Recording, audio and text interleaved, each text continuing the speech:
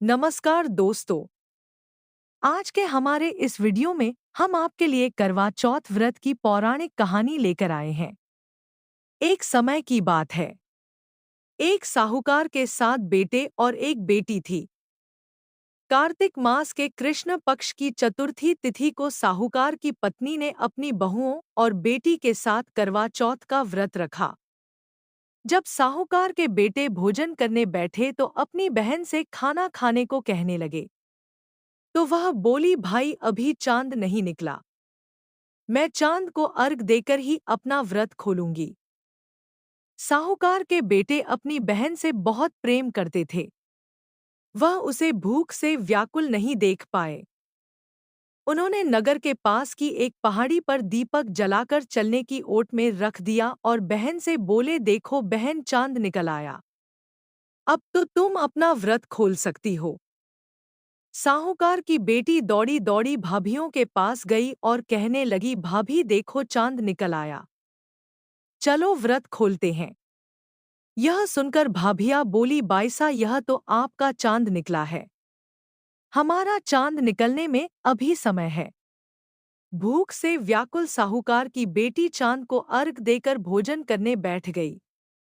जैसे ही उसने पहला निवाला तोड़ा तो उसे छींक आ गई। दूसरा निवाला खाने लगी तो उसमें बाल निकल आया और तीसरा निवाला तोड़ते ही उसके ससुराल से बुलावा आ गया। पति बीमार है, जैसी भी हालत में है तुरंत ससुराल पहुंचे। माँ बेटी को विदा करने के लिए जब बक्से में से कपड़े निकालती है तो बार बार काले और सफेद रंग के कपड़े निकलते हैं।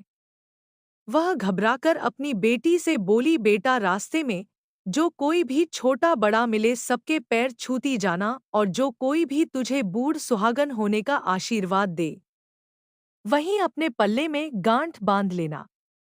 बेटी बोली, ठीक है माँ, और वह अपने ससुराल की ओर चल दी। रास्ते में जो भी उसे मिला वह सबके पाँव छूती गई। सबने सुखी रहो, खुश रहो, पीहर का सुख देखो, ऐसा आशीर्वाद दिया। देखते ही देखते वह अपने ससुराल पहुंच गई। ससुराल के आंगन में छोटी ननद खेल रही थी।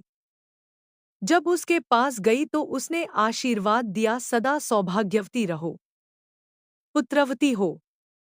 यह सुनते ही उसने अपने पल्ले पर गांठ बांध ली और अंदर गई तो देखती है कि उसके पति का शव रखा है और उसे ले जाने की तैयारी हो रही है। वह बहुत रोई। जैसे ही उसके पति को ले जाने लगे वह रोती हुई बोली, मैं इन्हें कहीं नहीं जाने दूंगी। जब कोई नहीं माना तो बोली, मैं भी उनके साथ चलूंगी। जब वह नहीं मानी तो बड़े बूढ़े बोले, ले चलो इसे भी साथ में। वह सबके साथ शमशान चली गई। अंतिम संस्कार का समय हुआ तो बोली, मैं इन्हें नहीं जलाने दूंगी। सभी लोग नाराज हुए और बोले, पहले तो अपने पति को खा गई, अब उसकी मिट्टी भी खराब कर रही है। लेकिन उसने किसी की नहीं सुनी और अपने पति को लेकर बैठ गई। परिवार के बड़ों ने निर्णय लिया कि इसे यहीं रहने दो, एक झोपड़ी डलवा दो। वह उस झोपड़ी में अपने पति को लेकर रहने लगी। पति की साफ सफाई करती और उसके पास बैठी रहती। दिन में 2 बार उसकी छोटी ननद खाना देने आती। वह हर चौथ का व्रत करती, चांद को अर्घ देती और जब चौथ माता आती तो कहती, करवो ले भाइयों की प्यारी करवले, घड़ी बुखारी करवले। वह चौथ माता से अपने पति के प्राण मांगती। लेकिन चौथ माता उसे यह कहती कि हमसे बड़ी चौथ माता आएंगी, तब उनसे अपने पति के प्राण मांगना। एक एक करके सभी चौथ आई और सभी यह कहकर चली गई। अश्विन की चौथ माता बोली, तुमसे कार्तिक की बड़ी चौथ माता नाराज है, तेरा सुहाग वही लौट आएंगी, तू उनके पैर मत छोड़ना और 16 श्रृंगार का सारा सामान तैयार कर लेना। जब कार्तिक की बड़ी चौथ करवा चौथ आई तो उसने अपनी छोटी ननद से 16 श्रृंगार का सामान मंगवाया, करवे भी मंगवाए। जब सास को यह पता चला तो वह बोली, पागल हो गई है, जो मांगती है दे आओ। साहूकार की बेटी ने करवा चौथ का व्रत रखा। जोत करी। जैसे ही चौथ माता प्रकट हुई तो बोली, करवो ले भाइयों की प्यारी करवले घड़ भुखरी करवले। दिन में चांद उगाने वाली करवोले। उसने उनके पैर पकड़ लिए और बोली, माता मेरा सुहाग वापस करो। चौथ माता बोली, तू तो बहुत भूखी है, 7 भाइयों की प्यारी बहन है, सुहाग का तेरे लिए क्या काम। वो बोली, माता मैं आपके पैर तब तक नहीं छोड़ूंगी जब तक आप मेरा सुहाग वापस नहीं करती। चौथ माता ने एक एक करके उससे सुहाग का सारा सामान मांगा और उसने 16 श्रृंगार का सारा सामान चौथ माता को दे दिया। चौथ माता ने आंखों से काजल निकाला, नाखूनों से मेहंदी निकाली, मांग से सिंदूर निकाला और उसे करवे में घोलकर छोटी उंगली से उसके पति को छींटा दिया।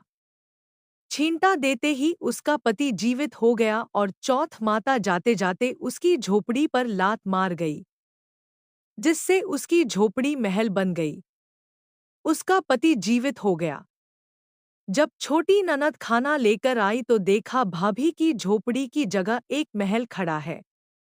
ननद को देखते ही वह दौड़ी दौड़ी उसके पास आई और बोली, बाईसा देखो आपका भाई वापस आ गया, जाओ सासू जी से कह दो गाजे बाजे से हमें लेने आए। छोटी ननद दौड़ी दौड़ी माँ के पास गई और बोली, माँ भाई जिंदा हो गया। माँ बोली, भाभी के साथ साथ तेरा भी दिमाग खराब हो गया है। वो बोली, नहीं माँ, मैंने देखा है, सच में भाई जिंदा हो गया है।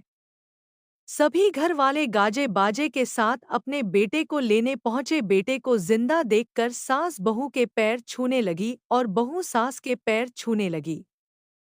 बहू बोली, माता जी देखो आपका बेटा वापस आ गया। सास बोली, बहू मैंने तो साल भर पहले इसे भेज दिया था, यह तो तेरे भाग्य से वापस आया है। हे चौथ माता, जैसे पहले लड़की के साथ करी वैसे किसी के साथ मत करना और जैसे बाद में उसे अमर सुहाग दिया वैसे ही इस कथा को कहते सुनते और हुकार भरते सब पर कृपा करना। जय चौथ माता।